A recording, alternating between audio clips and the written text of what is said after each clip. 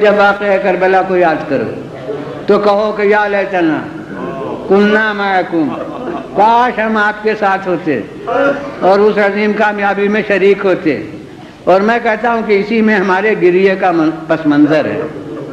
ہمیں معلوم ہے کہ اس گریے کے خلاف طرح طرح کے منطقی سوالات پیش ہوتے ہیں، کچھ شاعرانہ لباس میں، کچھ منطقیانہ لباس میں، کچھ نفسیاتی لباس میں۔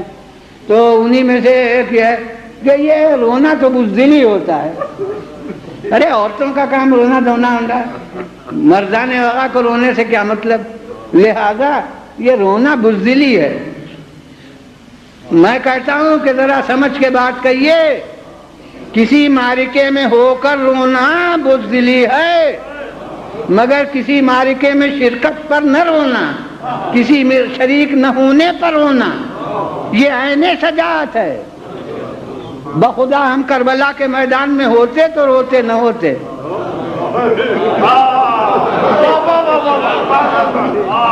کربلا کے مجاہدین میں کون تھا جو روتا ہوا گیا؟ کیا ابو ہریرہ ہمدانی روتے ہوئے گئے؟ کیا مسلم ابن اوسجہ روتے ہوئے گئے؟ کیا حبیب ابن مظاہر روتے ہوئے گئے؟ کیا فرزندان عقیل و جعفر روتے ہوئے گئے؟ ارے قاسم بھی اس وقت تک روئے جب تک اجازت نہیں ملی، اور جب اجازت جہاد مل گئی تو پھر روتے ہوئے نہیں گئے۔ کیا عباس روتے ہوئے گئے؟ کیا علی اکبر روتے ہوئے گئے؟ مولا بھی ہمارے عزیزوں کے اوپر روئے، لیکن جب خود میدان میں گئے تو دنیا کہتی ہے کہ ایسا حشاش و بشاش چہرہ تھا کہ کسی زخمی کا ہم نے ایسا چہرہ نہیں دیکھا۔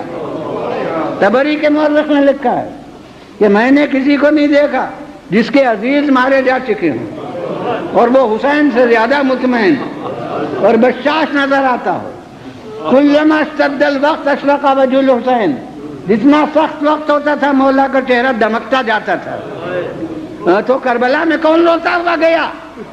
لیکن زین العابدین عمر بھر روئے۔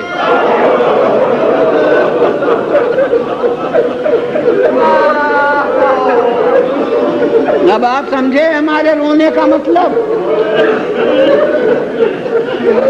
اب آپ اس گریے کی حقیقت سمجھے؟